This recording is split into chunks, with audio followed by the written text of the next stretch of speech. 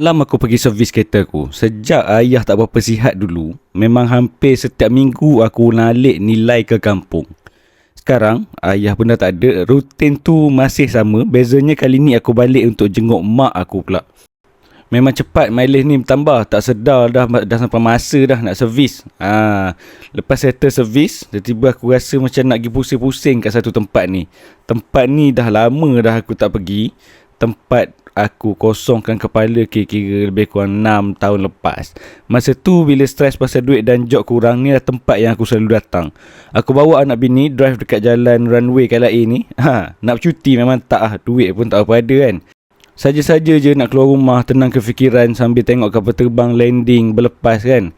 Lepas tu aku akan pusing kat area kawasan kargo KLIA tu.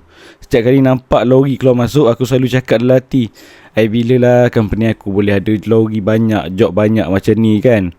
Masa tu aku rasa impian tu jauh gila lah. Tapi kalau aku terus fikir pasal masalah, hidup memang takkan pernah berubah. Jadi aku simpan impian tu dalam hati, terus buat kerja, cari customer, terus belajar, jatuh bangun tersungkur semualah. Ulang proses yang sama hari demi hari sampai hari ni. So hari ni setiap kali aku lalu jalan ni, aku nampak lah, ni lah tempat yang pernah jadi saksi waktu aku pernah nak give up lah. Alhamdulillah, impian tu tak capai sepenuhnya pun lagi. Tapi hari ni Dash dah ada beberapa buah lori dan adalah JV dengan beberapa company. Aku percaya tak semua orang perlukan motivasi. Kadang-kadang kita cuma perlukan satu tempat untuk kita ingat balik kat mana kita start dulu, kenapa kita buat benda ni semua. Kita sebenarnya sedar tak sedar dah melangkah jauh dah daripada apa yang kita sangka.